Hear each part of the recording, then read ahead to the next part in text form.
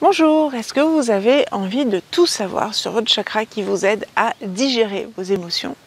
Eh bien, je vous invite à regarder cette vidéo. Bienvenue dans la chaîne qui vous aide à être épanoui aussi bien dans votre vie que dans votre lieu de vie.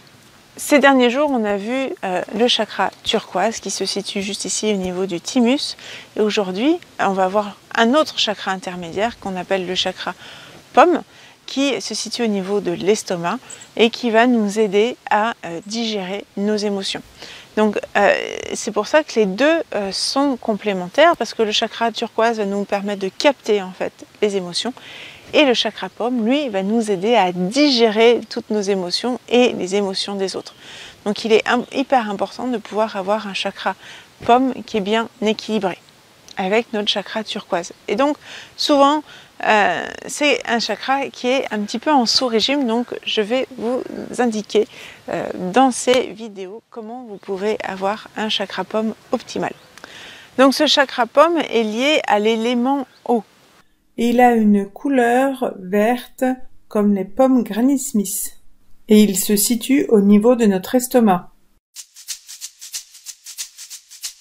Comme je vous disais, au niveau des significations, ça va être lié à la digestion des émotions, mais c'est aussi d'avoir confiance en les autres. C'est ça qui est hyper important, c'est de se rendre compte que les autres sont aussi des personnes sur qui on peut compter.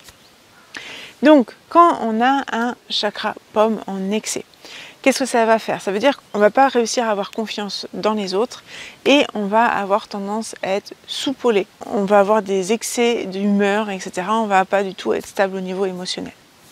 Quand on a un chakra pomme qui est un petit peu en sous-régime, ça veut dire qu'on va se faire facilement envahir par les émotions des autres. Ça veut dire qu'on va facilement avoir notre estomac noué. Dès qu'on va être stressé, dès qu'on va avoir le trac, on va avoir notre estomac, on va sentir qu'il va y avoir une boule à l'intérieur. Et c'est pour ça qu'en fait c'est un chakra qu'on ressent énormément, c'est que dès qu'on est submergé par nos émotions, on va sentir énormément ce chakra. C'est souvent des personnes qui vont avoir peur d'échouer, peur de faire mal, etc. Et du coup elles vont avoir l'impression que ce sont les autres qui vont forcément faire mieux qu'elles. Donc elles vont facilement donner les choses à faire aux autres parce qu'elles ont l'impression de ne pas réussir à les faire bien. Quand on a un chakra pomme optimal, on va facilement gérer les émotions, on va réussir à capter les émotions des autres et facilement les éliminer. Et on va aussi réussir à avoir une conscience nette de notre limite entre soi et les autres. Donc c'est quelque chose qui est très important. Et on va du coup avoir aussi un calme intérieur naturel, puisqu'on va se rendre compte que par exemple, ça c'est l'émotion de quelqu'un d'autre. Ok, on peut la recevoir, on la digère et on l'élimine. Donc on n'est pas submergé en fait par les émotions des autres.